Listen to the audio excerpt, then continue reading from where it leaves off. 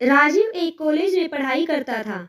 उसने एक कार के शोरूम में एक सुंदर स्पोर्ट्स कार देखी थी और वो लंबे समय से अपने लिए एक ऐसी ही कार लेना चाहता था।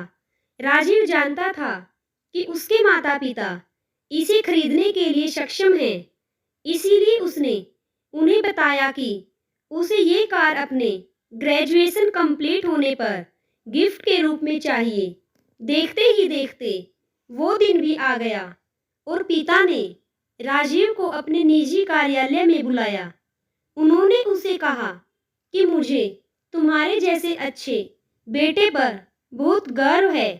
उन्होंने राजीव को बताया कि वह उसे कितना प्यार करता है और उसे एक रैपर से लिपटा हुआ उपहार दिया।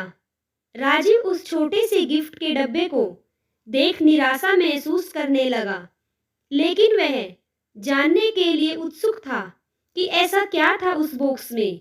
इसीलिए उसने बॉक्स तुरंत खोला और उसमें एक लाल कपड़े से लिपटी भगवत गीता देखी। राजीव ने कहा, आप इतने अमीर हैं और आप केवल एक भगवत गीता दे रहे हैं।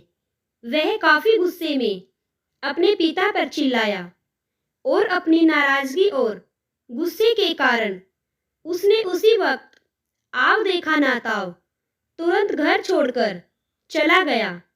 समय बीतता गया, काफी साल बीत गए। राजीव अब एक सफल व्यवसायी बन चुका था। वह अपने जीवन में काफी खुश था। उसकी शादी भी हो चुकी थी और उसके 2 बच्चे थे। उनका परिवार एक सुंदर घर में रहता था, लेकिन उसके पिता के साथ टूटे रिश्तों के कारण उसकी आत्मा अभी भी आहत थी।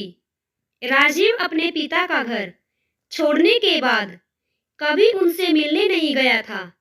राजीव को उस दिन के बाद अपने पिता को ना मिलने का पछतावा हमेशा रहने वाला था, क्योंकि एक दिन उसे एक चिट्ठी मिली जिसमें उसके पिता के निधन की खबर थी और साथ ही ये बताया गया था कि वे अपने जीवन भर की पूंजी वसीयतनामा के अनुसार अब राजीव के नाम कर गए थे।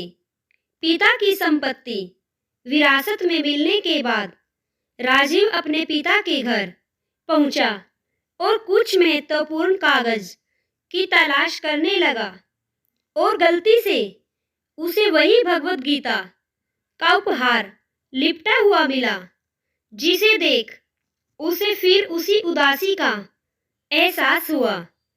उस गीता को उसने अच्छे से देखा तो उस पर अपने पिता की हैंडराइटिंग में कुछ लिखा पाया।